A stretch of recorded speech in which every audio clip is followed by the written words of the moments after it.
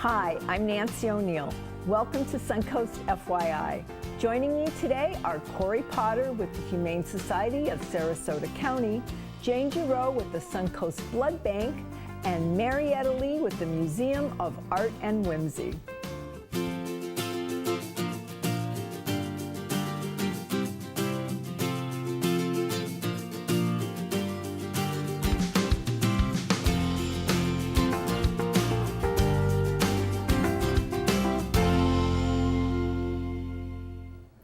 Foster homes help the Humane Society of Sarasota care for animals in our community.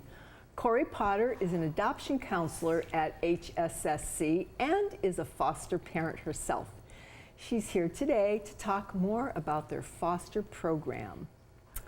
And not just talk about it, but show us all about it. Who are these two little adorable babies you brought? Today I bought my two little fosters. Right now I'm doing. Oh, you are? These are yours? These are my foster babies for the time.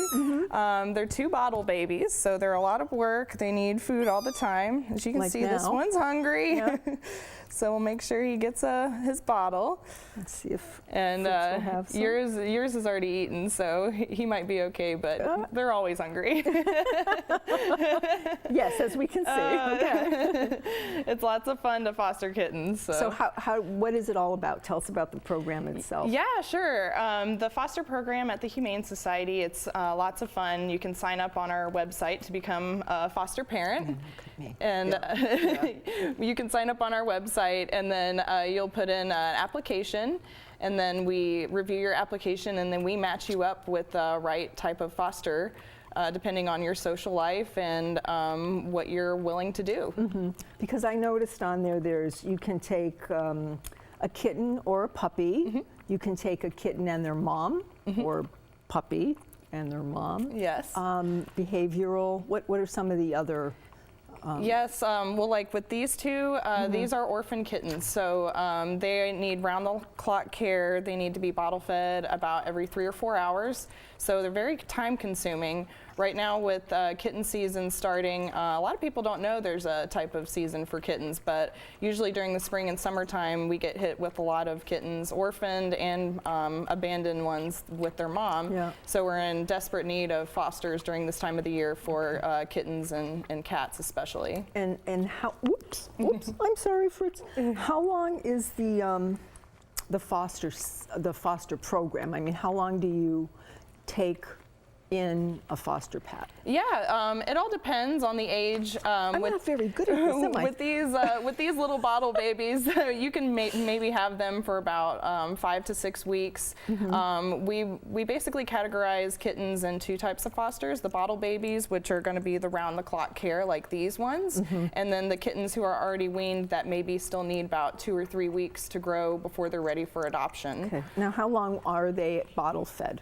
Bottle fed, they're bottle fed till they're about 5 to 6 weeks. So that's the 3 to 4 hours every night? Yes, that's 3 or 4 hours every day. You're going to need somebody who has a lot of free time, maybe that has capable to take them to work with them. These aren't the type of fosters for somebody with a full-time job. But you still, if you work a full-time job, we still have kittens that are weaned off the bottle that still need foster parents for a couple weeks until they're ready to go up for adoption, because they do still take up space at the shelter. Yeah. And so it actually saves multiple lives when you can foster kittens who are weaned, because they'll be you'll have them in your home while we are able to take in more kittens at the shelter that normally they would be taking up space for. Now, how many actually come back after they've been fostered? Because I just don't know that I could give them back. You know, a lot of people say, I don't want to foster kittens because I just want to keep all of them. Yes, exactly. Which is understandable. How can you not love these little guys? But in fact, we make it kind of easy for you. As soon as they're ready to come back to the shelter, we're always ready to give you more. Okay. So it makes it easier. Okay. But they're in desperate need of foster. A lot of shelters, a lot of people don't realize we get a lot of our animals from the Humane Society from overcrowded high kill shelters, and that's where these guys in fact came from. Oh dear. They were transferred from an overcrowded shelter. They didn't have a foster, so we stepped up and we were ready to foster them. So, So how can the community help foster parents like you other than fostering? Is there, what can we do if we can't foster? Absolutely. You can always go to our website, take a look at our wish list on the Humane Society webpage. We're always in need of supplies, and especially now we need kitten formula, kitten food, bottles, all different kinds of stuff like that. And so, and it helps a lot with these guys. To any supplies, any donations help a lot with these little ones. Now, you said on your website there's there's a form to fill out for fostering. Yes. So you make sure that there's a good fit. Absolutely, between the yes. two of them.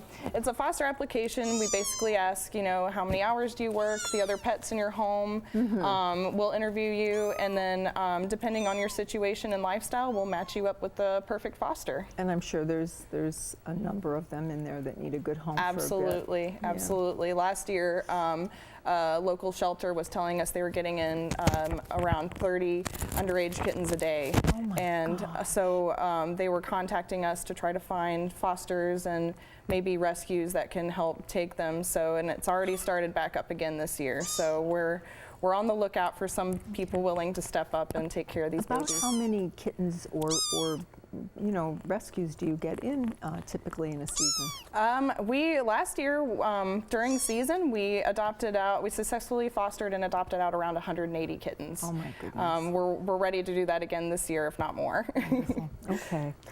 Well, thank you so much for being here Thank and you. bringing these adorable babies with you. And I would love to take him home. Oh my gosh, I would. Thank you, Corey. Yes, thank you for having us. 10 years later, Pints for Play is going strong. We'll find out more about the Suncoast Blood Bank's annual blood drive when we come back after the break.